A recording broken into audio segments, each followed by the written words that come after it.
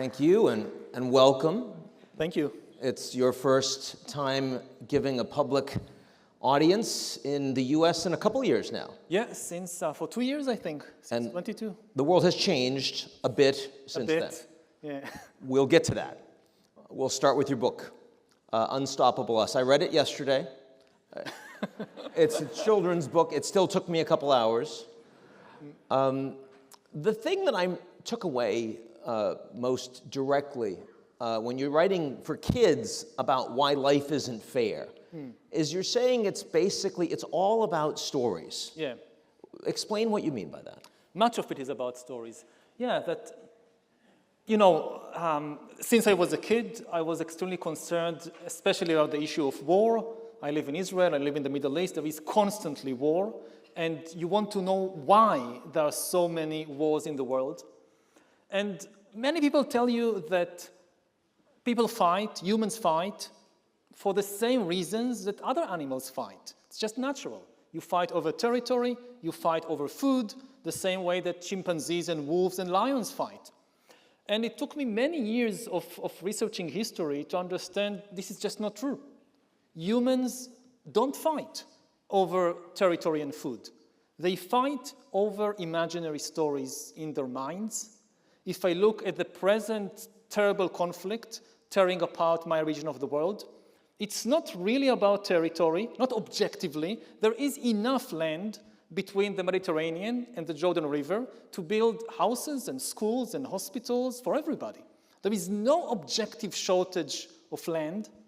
And similarly, there is no objective shortage of food. There is enough food to feed everybody. And this is true of other conflicts in the world. You look at the Russian invasion of Ukraine. Russia doesn't lack territory. The last thing they need is more land. And so why do they fight? People fight over the stories in their mind. Like I work in Jerusalem, in the Hebrew University. And you know, it's one of the most fought over places in human history. It's hard to understand why. It's not such a great place. You know, I mean, it's a very ordinary place. You walk around, it's just, you know, you have stones and trees and cats and pigeons and people, just like any other place. I mean, it's on the water, the land is pretty good. The land is not good. You can grow olives or something. There are no oil fields. There are no gold mines. Nothing. But in their imagination, people think, oh, this is not a stone. This is a holy stone. This is not just any place. It's full of angels and gods and saints and prophets. And they fight over this. You know, my husband just went 2 days ago here to the Apple store and bought these new Apple glasses. You let him do that? Seriously? It's the beginning of the end of your relationship, obviously. Well, that's one prediction that we will see what will happen with it. But, you know, people invented it thousands of years ago, this technology. You know, like they just call it a different name. It's the Holy Book. Like you walk around Jerusalem with this Holy Book, and you see it's full of the augmented reality of angels and gods, and this is what people fight over. I just read a couple of weeks ago a book that Sari Nusseibeh, a Palestinian philosopher, wrote a couple of years ago, and he said that you know, in context of the fight over Temple Mount and the Dome of the Rock and the Holy Rock on the Dome of the Rock, under the Dome of the Rock, and he wrote that Jews and Muslims armed with nuclear weapons are about to commit one of the worst massacres of human beings ever over a rock. Over a rock.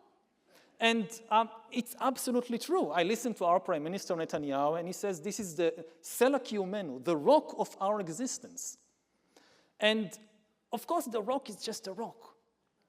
But the stories that we tell about it make it so important that people are willing to kill and be killed in millions. So structurally, what upsets you more, nationalism or religion?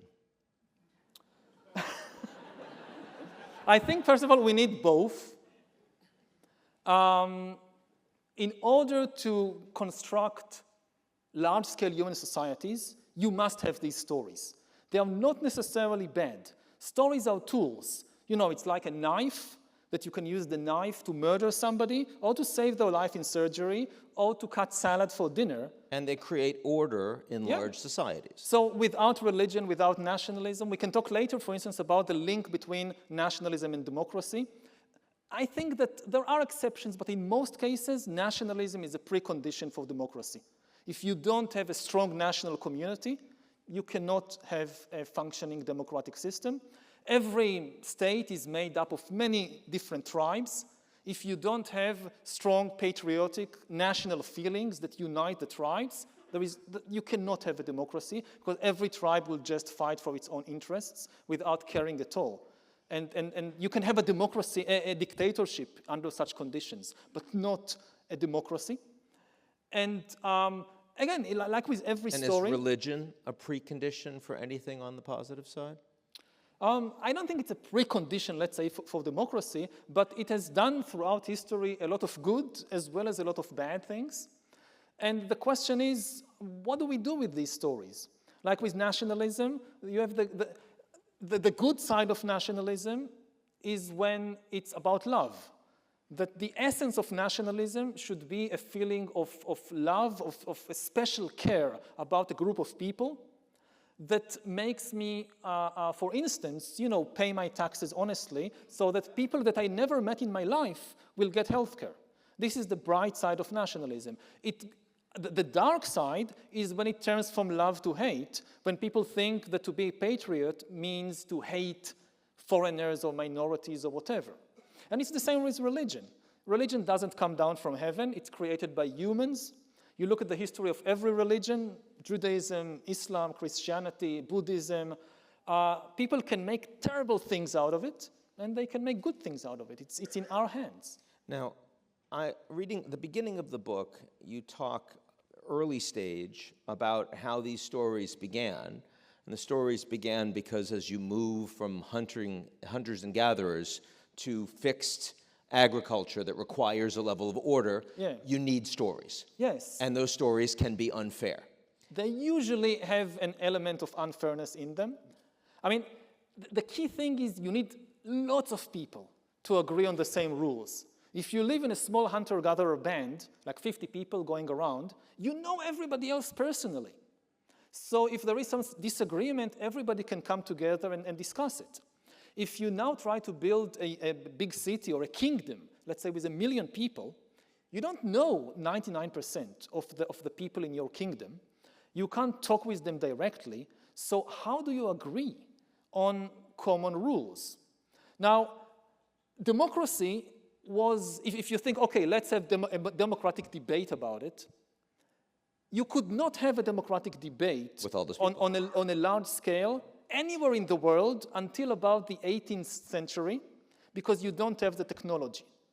Democracy is built on top of information technology, which is why every change in information technology necessarily shakes democracy.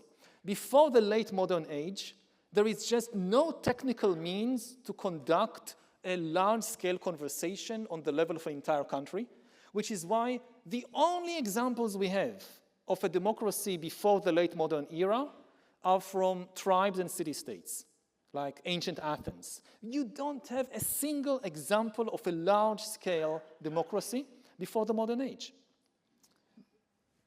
Now, when I was reading about your looking and comparing these two systems, I have to say you come across as almost nostalgic for why couldn't we all just stick around and be hunters and gatherers for a longer period of time?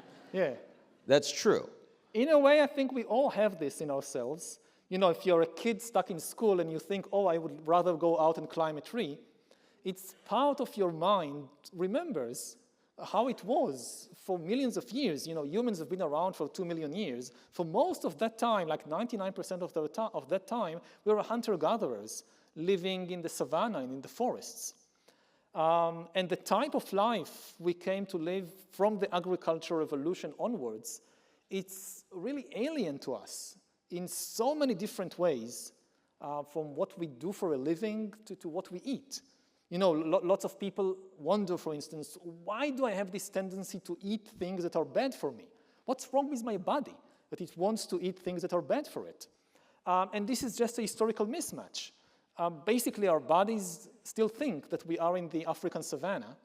So if they encounter something sweet like a chocolate cake, they think, oh, we found a tree full of ripened fruit.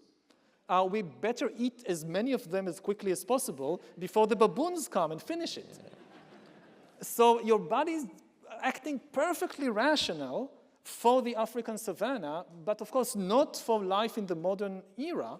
But again, on the conscious level, we know that, but on the deep level of our minds and bodies, we don't. And is it because not enough time has passed? Because, I mean, the wolves that are circling, they get domesticated in relatively short order. They learn how to interact in this new environment, but human beings haven't done that yet.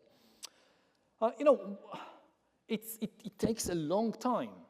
Even dogs are still, to a large extent, wolves. It's interesting that they really domesticated themselves. And we think that we domesticated them, and this is the case with most animals, you know, cows and sheep and horses and so forth, but not the dogs. They were the first, and there is an entire section in the children's book. Children love dogs. I also love dogs. So, you know, the history of dogs is very important. And it's very interesting that apparently, it was wild wolves that started following the human bands, realizing, hey, these apes, they know something. They can bring down a mammoth, and they can't eat the whole of it. So if we just follow them and wait, when they go away, we can have a free lunch. And but to do that, you need to start understanding these apes. And the wolves became very good at understanding human beings, and they are still probably the animal that understands us best. And they are not the smartest animal, like pigs are smarter than dogs, but not when it comes to understanding human emotions. But the key for survival over like 25,000 years since the beginning of this process of domestication, for the wolf that became a dog, the key is to understand these humans. No, and I got that from the book. I mean, definitely any child that reads this book will understand that dogs are something that we should treasure, we should engage with. You don't feel that way about cats. That also resonates with me. I thought that was very important. But I do remember the two skeletons, and the two skeletons as they're talking to each other, and one of the skeletons had a pretty good life and, you know, looked healthy for a skeleton. The other has all of these problems. It's hunched over, it's missing teeth, and that's the one that advanced into agricultural society. That's the farmer. So if I'm a kid, I'm thinking, wow, society just did horrible things to people. Is that what you want me to take away as a child? One of the main takeaways is there are unintended consequences to our decisions. It sounded like a good idea to start farming, and it turned out to be a good idea for a few people in the ancient world, like the kings and the pharaohs, that didn't have to do all the hard work and got all the benefits. Sure. But for most people, life as farmers was much harder. Instead of going to the wood to find fruits and chase animals and things like that, you have this monotonous, literally back-breaking job, digging ditches and harvesting wheat and grinding corn. And you don't get a good diet in exchange. You get a much worse diet. The diet of hunter-gatherers was extremely varied. You gather and hunt dozens of different species of animals and plants, so you get a very balanced diet. Farmers, especially ancient farmers, if you live in the Middle East, you eat wheat and wheat and wheat. And if you live in India or China, you just eat rice. And it's not a good diet. On top of that, you also get a lot of epidemics. Epidemics were not always there. They were also an unintended product of the agricultural revolution. People thought they were creating paradise for humans. They actually created paradise for germs. Like in a hunter-gatherer band, if somebody gets diarrhea, maybe they infect 1 or 2 people, and the next day the band moves away. But everybody gets it if you're stuck in one little fixed place. If you're stuck in a fixed village or town, thousands of people cram together with their goats and sheep and duck and their sewage and their garbage. this is paradise for germs. And this is when you start seeing epidemics and also large-scale warfare. I mean, again, people think that wars are part of human nature.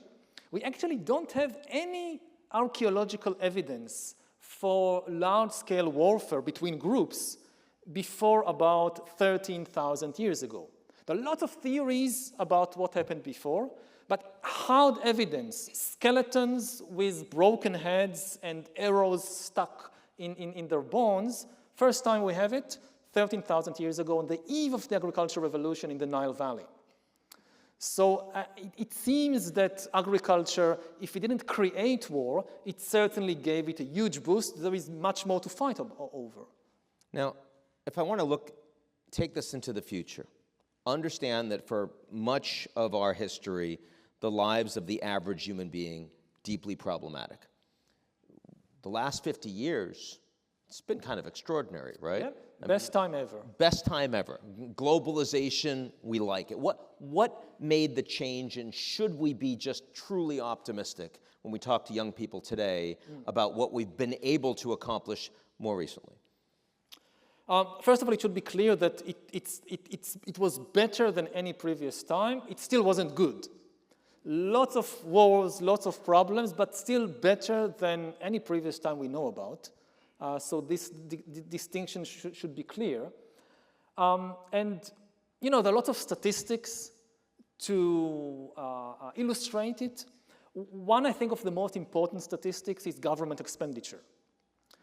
That when people talk about the early 21st century being the most peaceful era in human history, at least since we have records, you know, for most of history, the average expenditure on the military, from the Roman Empire to the Ottoman Empire to the British Empire, at least 50% of the government budget goes to the military. Soldiers, forts, warships.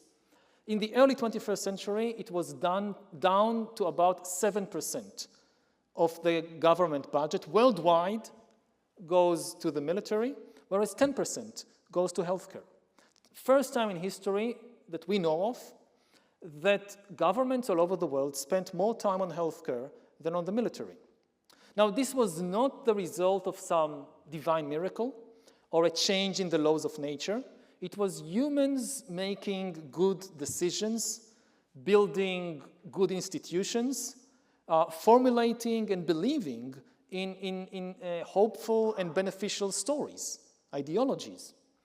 And the bad news is that because it wasn't a change in the laws of nature or a divine miracle, it was just humans making good choices, over the last 10 years or so, people started making some very, very bad choices.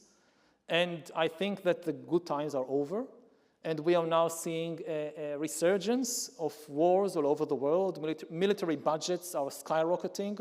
The money shifts back from nurses and hospitals and teachers and schools. It shifts back now to missiles and tanks and cyber weapons. So despite all of the explosion of cross-border trade and capital, despite all of the education for young people, for women around the world, despite the massive expansion of the middle class on a global basis, not just rich people, you actually think, looking at the world right now, 2024, nope, the coming years are going to be much more problematic.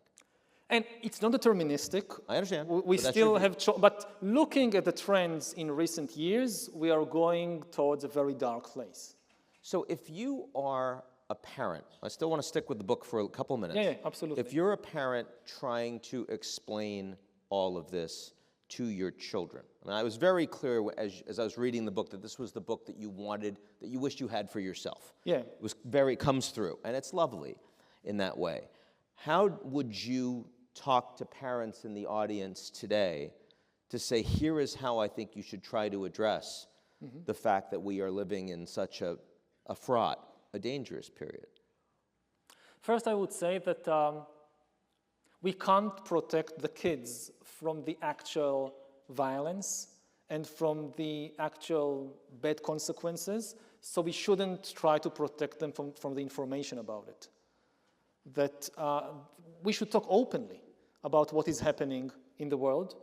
Of course, not in a kind of doomsday scenario, that's it, it's all over. The key message is that humans created the world in which we live, so humans can change it. Yes, the trends now are in a negative direction, but this is just a result of human decisions. We have the resources to deal with all the major problems of the world. You know, whether it's climate change, whether it's the rise of AI, whether it's the rise of resurgence of wars, we can deal with it. You know, if you think about, for instance, climate change and the ecological crisis, which worries a lot of young people, the most important thing to say about it, I think, is that, again, going back to government budgets, if you need to place a kind of price tag on it, how much would it cost humanity to prevent catastrophic climate change? The best estimates I could find is less than 5% of the global budget. If you think in terms of the budget of humanity, global GDP, less than 5% protects us. If we invest it in the right places, protects us from catastrophic climate change. Now, it's a huge amount of money, but it's still, in terms of budget, it's less than 5%. We can do that. Doesn't mean that we will do it. It's a question of motivation. And like with wars, going back to the Israeli-Palestinian conflict and what I said in the beginning, that it's about stories, it's not an insolvable conflict. You know, it's not like in mathematics that there are certain mathematical problems which have no solution. And mathematicians can actually prove to you this problem has no solution. It's never like that in politics. Every problem has a solution, often many more than just one solution. It's a question of motivation. Do people have the motivation to solve it? And you want young people to question the stories when the stories are unfair. Yes. When you talk about Malala and the fact that she just wanted girls to go to school. She thought it was unfair that girls weren't able to go to school, and so she was shot for that, but now received a Nobel Prize for that and is making a difference all over the world for that. Yeah, I think that the feminist revolution more generally is one of the most hopeful examples we have in history, because you know, the injustice involved in gender relations has been one of the most widespread injustices in human history. So in almost every society for thousands of years, it was very easy to reach the conclusion that this is just a natural and eternal part of human societies. It could never be changed. And if perhaps it can be changed, it will require enormous amount of violence. You know, you have a lot of people who have this thinking that deep structural injustices can only be solved with violence. If you want to make an omelette, you have to break some eggs. And the feminist revolution showed that this is just not true. It was one of the most successful and the quickest revolutions in the long-term history of humanity, accomplished with remarkable little violence, at least on the side of the revolutionaries. So I read the didn't book. start any wars, didn't assassinate any political rivals, and still changed the world for the better extremely rapidly.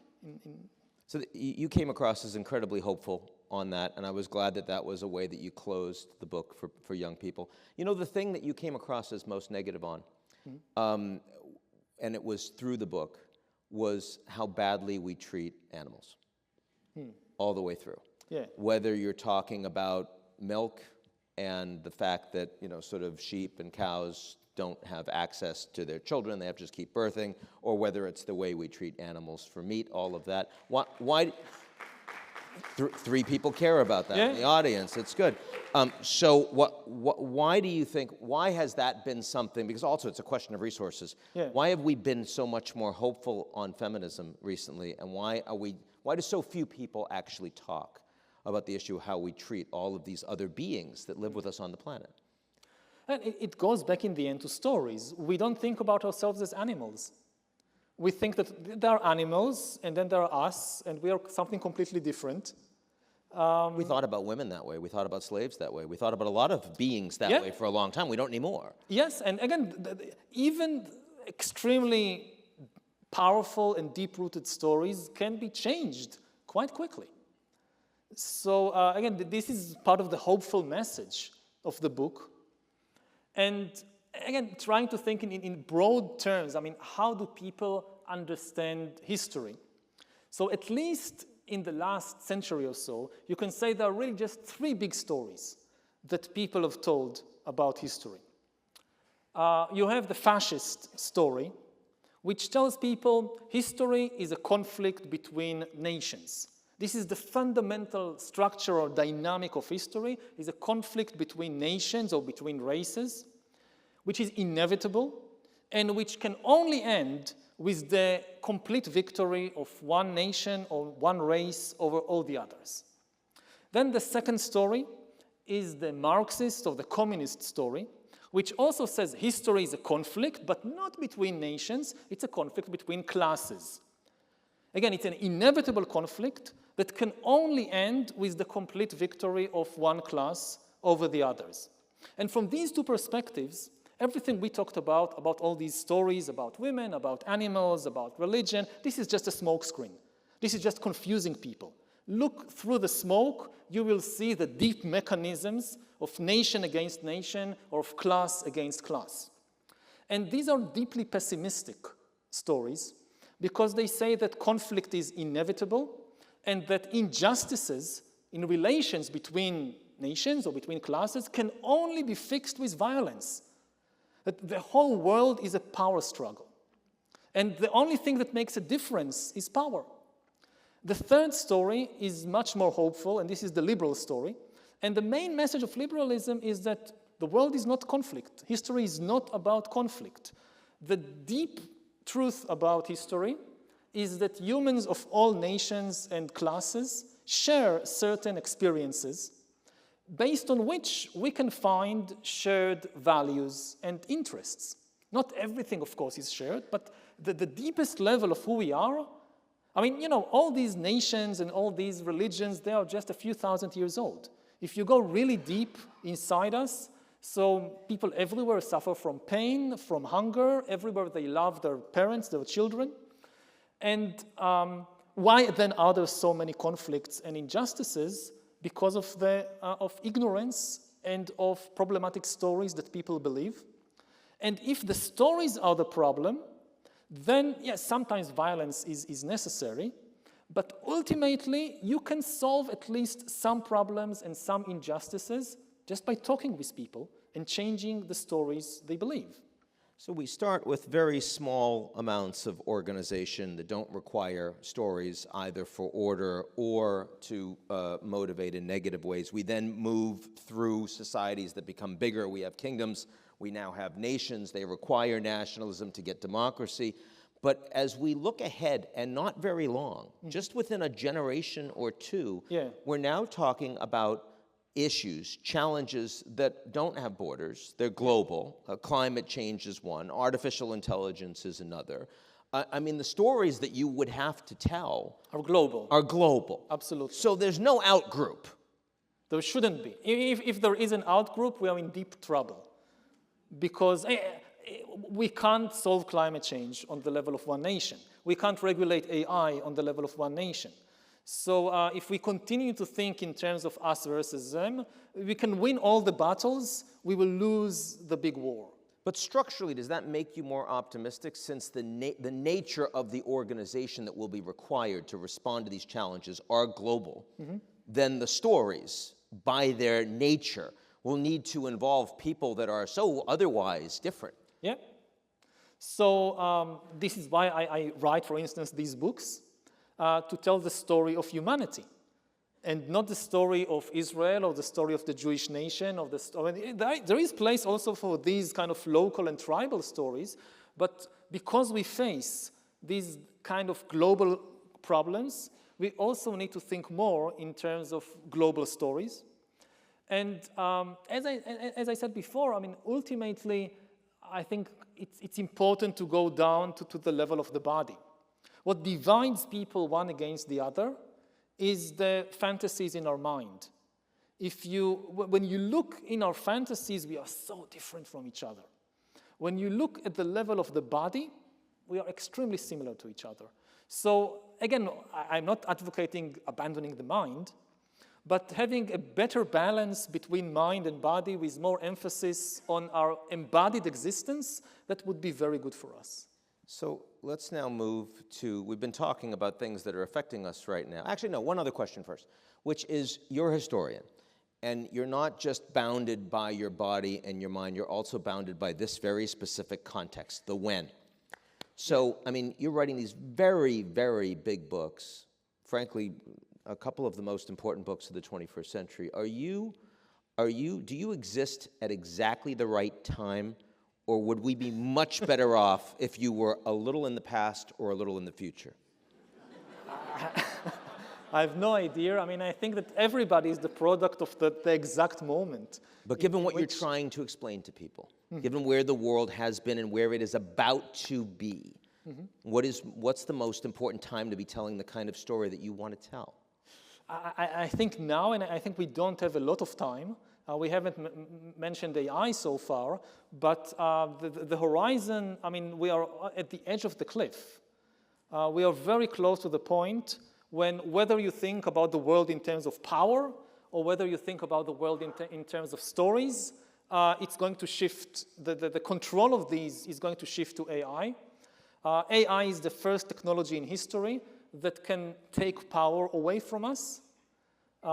Every previous tool, stone knives, atom bombs, they empowered us because a decision about how to use them could only be made by a human being. An atom bomb cannot decide who to bomb. An autonomous weapon system can decide by itself who to bomb. A social media algorithm decides by itself what news to show you or what stories to show you. And so it is already taking power away from humans. For the first time in history, we are losing power as a species at a very rapid pace. And similarly, we are also losing control of the stories that we believe. And AI is the first technology in history that can create stories by itself. People compare it sometimes to the printing press, but it's a completely different thing. A printing press can only copy my ideas. I write something and then it can create 1,000, 1,000,000 copies. It cannot write a single line by itself. But AI can. And I think very soon we will reach a point when the stories that dominate, if we are not careful, the stories that dominate the world, ideologically, politically, religiously, will be composed by a non-human intelligence. Is that not inevitable? As a historian, I tend not to believe in inevitability. Again, at the present moment, 2024, we still have control of the direction that AI is developing, but I don't know for how many more years. If we don't do anything, then yes, I think that in, 10 years, the stories that dominate the world will, for the first time in history, be the product of a non-human intelligence. This is happening, I assume this is happening actually faster than what you anticipated when you wrote Homo Deus. Yeah, it's when I wrote Sapiens in 2014, I hardly thought about AI at all. I mean, in 2014, just 10 years ago, AI was the domain of science fiction and of a very small community of experts. I wrote Homo Deus in 2016, and I got really interested in AI around that time. And still, I couldn't imagine that we will be where we are right now in 2024. I thought it would take us much, much longer to get to a situation with the capabilities that now say ChatGPT or GPT-4 have. It's moving faster than I think almost anybody expected. And really, we haven't seen anything yet. Like, thinking about it in terms of, say, kind of organic evolution, so the AIs of today are basically like amoebas. They are just the first tiny creatures at the beginning of a new evolutionary process. But digital evolution is millions of times faster than organic evolution. It took billions of years to get from the first microorganisms to dinosaurs, to T-Rex. But to get from the AI amoebas to AI T-Rex could take maybe just 10 years. Now, if ChatGPT is the amoeba, just try to imagine what the AI T-Rex of 10 years from now would look like. No, and the history that you write about is full of incremental change, and it's also full of discontinuities. But there's no logarithmic change in the histories that you write. Yeah. This is that. Because we are shifting from an organic to an inorganic world. Yes. We are organic beings. Again, we constantly go back to the body. Even our mind, our imagination is ultimately the product of organic processes. So we think on an organic time scale. And AI is not an organic entity. It plays by a completely different set of rules, both in terms of the time scale of how fast it changes and develops, and the limits on what it can do. You know, like if you take, for instance, the game of Go, so people played Go for 3,000 years in a particular way, and entire traditions and schools of thought and wisdom of generations. And within a few years, first AlphaGo and then AlphaZero, just, opened up completely new territories of how to play Go that never occurred to any human being for 3,000 years. And this is likely to happen more and more with art and politics and religion and every field that AI will enter. So what's most vulnerable given those changes? Is it the nature of our democracy? Is it the nature of our society? Is it the nature of religion? Is it our economic systems? What do you think is most vulnerable? Not 20 years out, but like 1, 2, 3, 5 years out. Where do you think we need the most focus for resilience, for example? I'm not sure, but I would say that democracy and finance are two of the weakest links. Democracy, because democracy is a conversation. And AI has hacked our conversations. It has mastered language. It is now able to produce texts and to deepfake voices and to increasingly even create intimacy with us. It has no feelings of its own yet, but it is able to fake intimate relations. You meet someone online, you are no longer able to tell whether it's a human being or an AI. Now, over the past 10 years, there was this big battle for human attention over social media. Now the battlefront is shifting from attention to intimacy. If you want to change people's minds about anything, intimacy is the key. And AI is learning how to press our emotional buttons better than any human being. And under these conditions, the conversation could simply collapse. Just think about the public sphere being flooded, not with a few hundred or a few thousand AIs, but they can be mass-produced. Hundreds of millions of AIs being able to hold a conversation better than the average human being. Infinite patience, engagement. No emotions of their own, so they are never angry, they are never fearful, they are never bored, they are just 100% focused on you, on hacking your emotional system.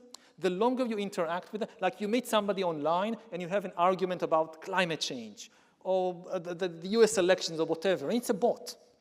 Now, for you, it's a complete waste of time. I mean, you're not going to change the bot's opinion on anything. It's a bot. But every minute you spend talking with this bot, it gets to know you better and better, to hone its arguments, to forge an intimate relationship with you. This is a social weapon of mass destruction. It could potentially destroy trust between people and destroy the ability to have a conversation. And that is already happening. We see that happening with social media today. Yeah, I mean, one of the kind of key questions to ask, any tech executive or whatever is just explain to me, how is it that you created the most sophisticated information technology in the history of the world and people can no longer talk with each other? How is it possible? I mean, whatever you think about what's happening in the world, it's clear that the conversations are breaking down. And the fact that it's happening at the same time that we have the most sophisticated information technology in history, it can't be a coincidence. So one possibility We said earlier that democracy, large-scale democracy, was simply impossible before the 18th century because the technology was not there. It could be that we now have the technology is too sophisticated for the human brain, and that in the new technological era, again, democracy becomes impossible. What will replace it is not clear, because dictatorships are also in big, big trouble. We tend not to think about it, but dictators also have problems in life. And, you know... You were actually sympathetic to the challenges of creating order as a dictator in your book. You were. And as a dictator, the biggest problem always is how to control your own subordinates. The one thing a dictator never wants to have is a subordinate more powerful that he doesn't know how to control. And AI is exactly that. You know, in the toolkit of and it's one of the reasons the Chinese are regulating AI so much more strictly. They're terrified. Absolutely. I mean, you think the most effective tool of every dictator in history is fear. How you're Stalin and you want to keep people in line, what do? You terrorize them. How do you terrorize an AI? What will you do? Send it to the gulag? Kill its family? I mean, what can you do to an AI that starts to say things or do things that go against the party line or try to take power away from you? Dictators are in a very, very serious problem, in a way even worse problem than democracies. So speaking of the gulag, we need to talk for a couple minutes about public events. And back when the Russians invaded Ukraine in 2022, you were hopeful that this could end culture war between left and right in the West. It does not feel like that has happened. Did not happen. Also, you still believe that Russia-Ukraine is the most important geopolitical conflict out there. Talk for a couple minutes about where you think it is and where it's going. I mean, basically, if Russia is allowed to win, that's the end of the global order as we have known it for decades. The most fundamental rule was that you cannot just invade and conquer and annex another country, neighboring country, just because you're stronger. This was the case for centuries, for thousands of years. It was not the case. If we talked earlier about state budgets, the reason the average expenditure on the military went down from 50% to 7% and released all these resources to healthcare and education and so forth is because most people, most countries felt that they're safe. That even if they have a strong neighbor, it's just not done anymore. Maybe there'll be some kind of border clash or whatever, but the idea that the neighbors will just invade us, conquer us, and annex our country, it's just not done. And this is exactly what Putin is trying to do in Ukraine. It's completely different from, say, the American invasion of Iraq or Afghanistan, which had huge, of course, problems there, but there was no intention of making Iraq the 51st state of the United States. They weren't going to take the oil. They weren't going to take the land. That wasn't going to happen. I mean, people talk about imperialism. They forgot what imperialism means. Originally, imperialism in the Roman sense, in the Ottoman sense, in the Mongol sense, is that you invade a neighboring country and just conquer and annex it. It's not cultural imperialism. This is imperialism. People forgot because it wasn't done for quite some time. And this is exactly what Putin is trying to do. If he gets away with it, we will see more and more Putins all over the world. I don't know, like Maduro in Venezuela, in Guyana. I mean... Good luck with that. Yeah, I mean, if Russia can invade and conquer Ukraine, why can't Venezuela invade and conquer Guyana? Do you want me to answer that? I mean, you know, you can't get through the border. The Brits have sent the ships. Venezuela. There are many reasons. No, I'm saying it not as a kind of technical issue. No, you mean philosophically. Yes. Yes. That more again, if assume a can opener. It's the question is, does anything defend any country around the world except brute military force? And if the answer is no, then we will see military budgets everywhere skyrocket, and more military alliances, and more wars, because we know the cycle. I mean, you want to make yourself safer, the neighbors feel more frightened, and this is what we've been through for centuries. There is a chance, actually, you know, history is often, we only understand the meaning of historical events with hindsight. And there is a scenario that we are already living in the midst of the Third World War, and we just don't know it. You know, if you think about the Second World War, so today any school kid knows that it started on the 1st of September 1939 when Germany invaded Poland.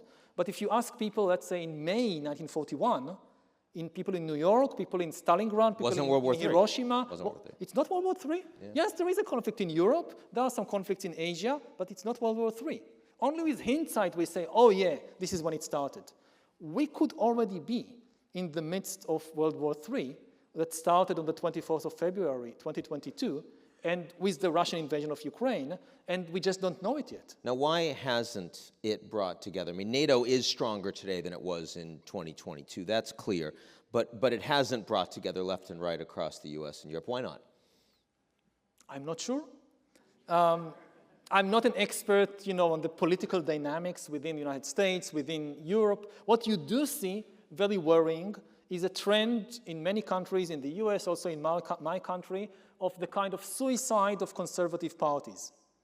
You know, for many generations, the democratic game was a kind of double act of conservatives and progressives, like a car with the brakes and the fuel pedal. You press this, you press that, you change, going too fast, going too slow. And suddenly, conservative parties all over the world are committing suicide and turning into radical revolutionary parties.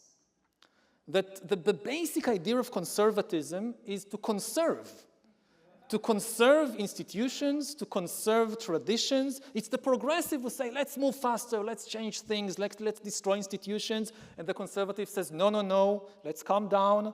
We don't understand the world very well. You think this institution should be destroyed, but actually it's important. And now the ones who are trying to destroy institutions and traditions are the conservatives.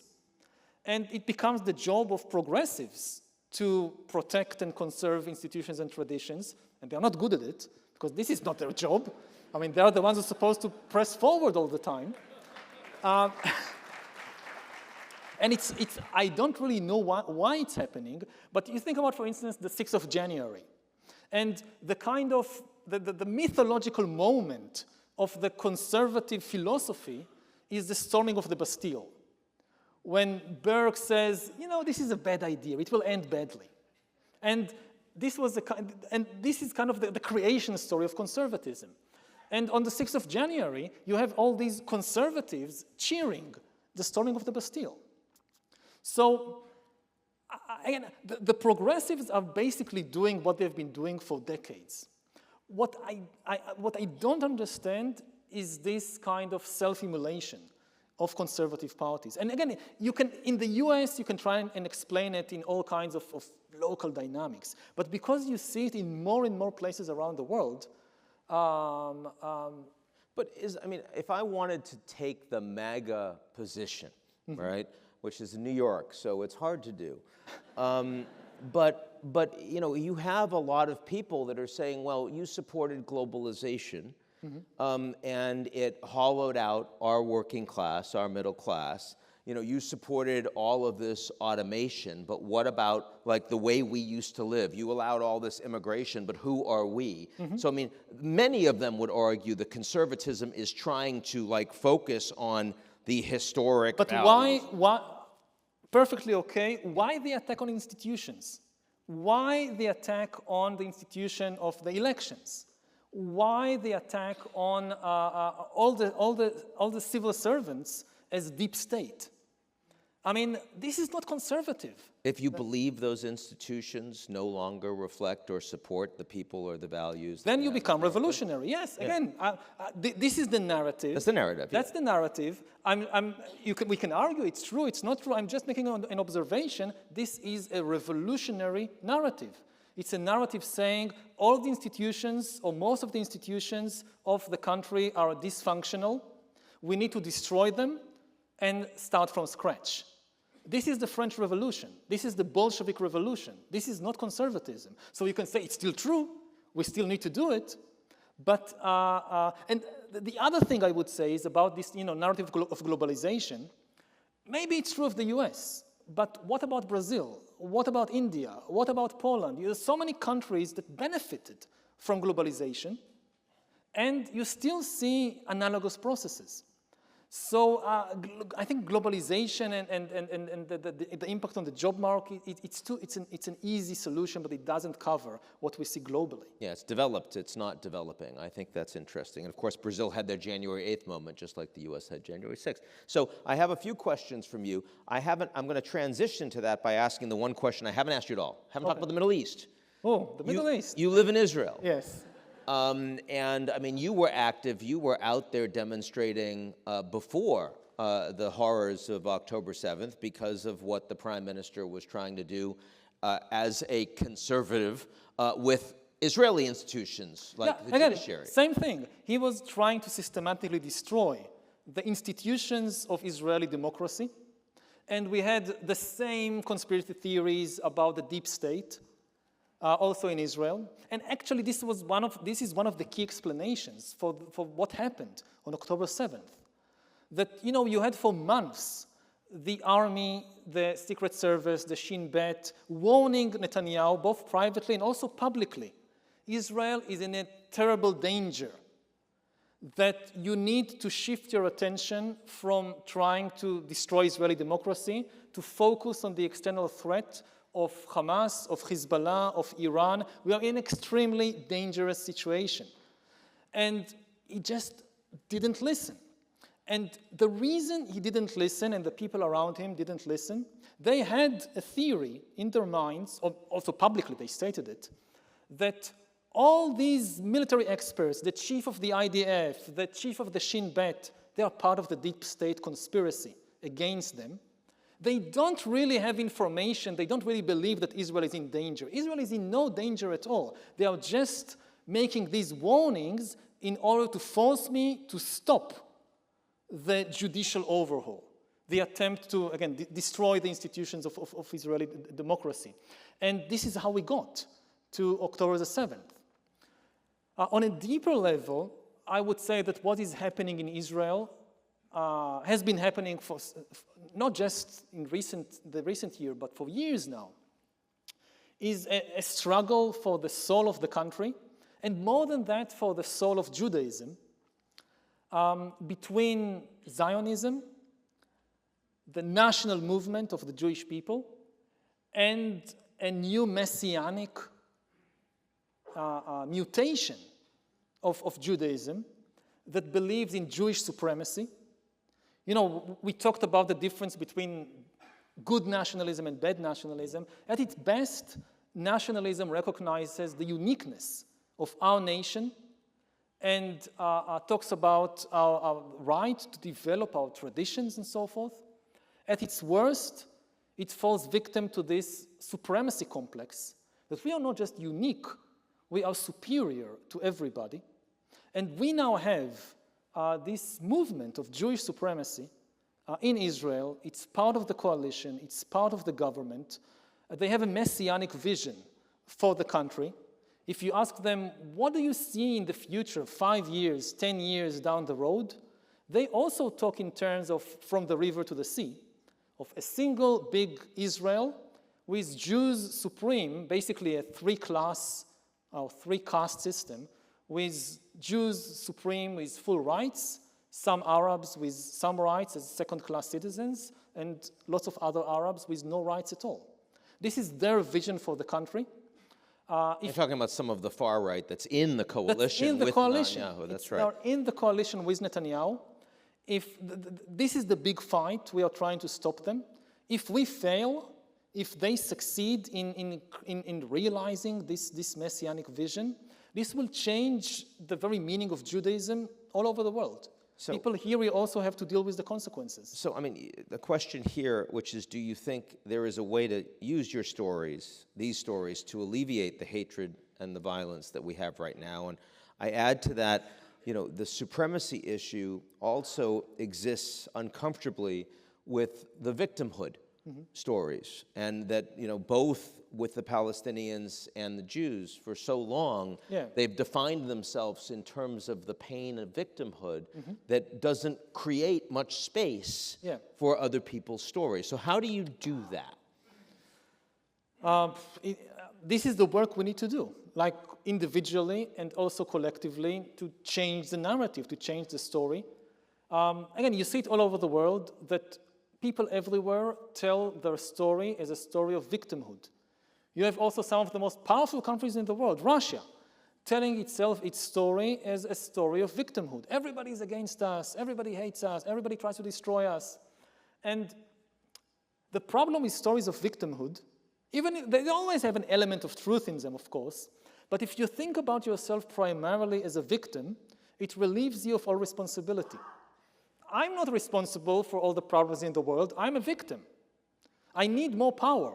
One day, when I'm empowered, okay, then I take responsibility. But not now. Now I just need to focus on getting more power for myself. You're not responsible for any of the people that are killed in Gaza. Not one. That's the story of the victim. And part of also what I try to do in the children's book is to say, no, humans are the most powerful entities on the planet. And also when you look at human collectives, states, tribes, religions, all of them have some measure of power. And unless we kind of change our narratives from one of victimhood to one of at least partial empowerment, we are not going to take responsibility for anything. So then how do you, another question from the audience, it's a great one, how do you define the difference between patriotism and nationalism? Specifically, where's the limit before we have ideologies that endanger us? It's the limit between uniqueness and supremeness and the limit of the border between love and hate. The good type of patriotism says that this is a unique group of people which I love, I care about, and therefore I'm willing to go the extra mile for them. I'll do for them things that I wouldn't do for others, which is completely reasonable. This is how we behave with our family, with our friends. This is also how we should behave with our nation.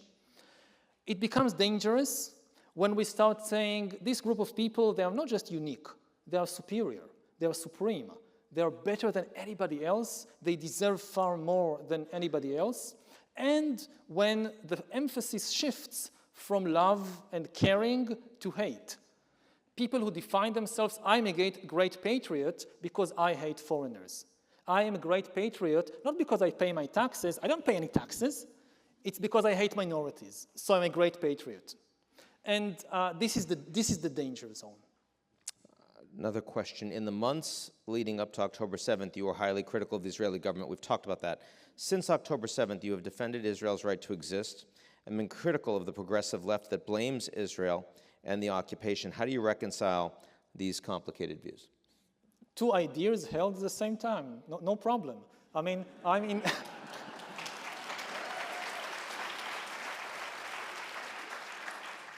in favor of Palestinians realizing their rights to live a dignified life in their homeland. And at the same time, I'm in favor of Israelis having their right to live dignified lives in their homeland. What exactly the solution would look like, 2 states, this kind of solution, it's difficult to say at the present moment. But at the end of the road, we need a situation when the right to exist, and not just to exist, but again, to live dignified lives of both nations is recognized. And there shouldn't be a logical contradiction. Just because you're in favor of the rights of Palestinians doesn't mean you have to be also in favor of destroying Israel completely. And just because you're in favor of defending Israel doesn't mean that you should ignore the terrible suffering of the Palestinians and their rights. So 2 big things, speaking of holding 2 views in your mind at the same time, since October 7th, 2 different things have happened, right? On the one hand, we have a lot more people that now see the urgency of creating a pathway for the Palestinians to be able to govern themselves and have a level of self-defense. On the other hand, you have radicalized far larger numbers of populations, both inside Israel and in Gaza, in the West Bank, among Palestinian refugees in Jordan and elsewhere. Which of those two things do you feel is more likely to play out to determine outcomes, and why? It depends on the decisions being taken right now or in the coming weeks and months. There is a potential that out of this terrible catastrophe, something good will actually emerge if there is a kind of comprehensive deal for, a peace treaty between Israel and Saudi Arabia, which also includes the restart of the Israeli-Palestinian peace conference, a peace process, a rebuilding of Gaza, and providing the Palestinian people with a better future. And if we go in that direction, I think that all the terrible hatred and fear that has been created in recent months, we can get over it. When you're in the midst of this moment of terrible pain, you think it will last forever. But time is very powerful. Talk about Rwanda. Give them the Rwanda example. Exactly 30 years ago, we had this terrible genocide in Rwanda. You had October the 7th on 10 times bigger, not 1,000 people massacred in a day, 10,000 people massacred in a day, in a terrible way, not with bombs from far away, but with knives and clubs. And then it happened again the next day, and again the next day, and again the next day. For 100 days, 1 million people were murdered in 100 days, in the most atrocious ways you could imagine. 30 years later, they live together, the Hutu and Tutsis. Rwanda is one of the most successful by many measures countries in Africa. And at the time, in the early 90s, it would have been utterly unthinkable. And it's only 30 years. And similarly, if you think about the history of Jews and Germans that are now very good friends, and it was just 70, 80 years ago. So in the midst of a very painful moment, the pain and the hatred, they just flood your mind completely. It's like a black screen in front of your eyes. You can see nothing. You think it will last forever. But if people make the right decisions, even the worst storms pass. So the last question I have here is actually about you going off the grid, which I guess you do for a month every year. I try to, yeah. And I mean, make it. You also don't use a smartphone except for emergencies. Mm-hmm. You're vegan, right? Veganish. Yeah. Veganish. I try not to make it a religion. You do that. You try to make most things not a religion, I think, is the way we've had that discussion. You meditate for an hour in the morning, an hour after work. Are you doing this just to annoy us? Because I don't know about you guys. I'm aligned with a lot of what he says, but the flesh is weak, right? So explain, if this isn't just to be better than us, what are you trying to accomplish? People take such good care of their bodies sometimes. They spend hours, in the gym and special diet and whatever. And I also try to take good care of my mind. And our minds were shaped back in the Stone Age in a completely different situation, environment. We are now flooded by enormous amounts of information that we cannot deal with. On top of that, with our smartphones and social media algorithms and so forth, what the smartest people in the world have been doing in recent years is figuring out how to use these devices in order to hack our brains and press our emotional buttons. And anybody who thinks they are strong enough to resist it is just fooling themselves. It's much, much more powerful than us. So I'm not saying it's impossible to just, completely disconnect from the world, but taking some time off to just detoxify the mind and to have, a kind of information diet, both in terms of the quantity of information and also in terms of the quality of information that we consume. And some people are so aware of what they put into their mouth and into the stomach, we should need to be also aware of what we put into our minds and also what we take out. Because my work, I write books, I give these kind of public talks, I'm a public intellectual, so I know that the things I say, they go into the minds of thousands, maybe potentially millions of people, and they are like seeds that go into all these minds. So we have to be very, very careful about what seeds we are planting. And I think this is even more important in the case of politicians. If I look at politics today, again, one of the worst things about politics today is that people confuse politics and therapy. Like, they want to be authentic. They value when you speak your mind. You shouldn't speak your mind as a politician. You should be very careful about what you say. I mean, as a meditator, I know that the mind is full of garbage. So, people are very much in favor of building walls these days.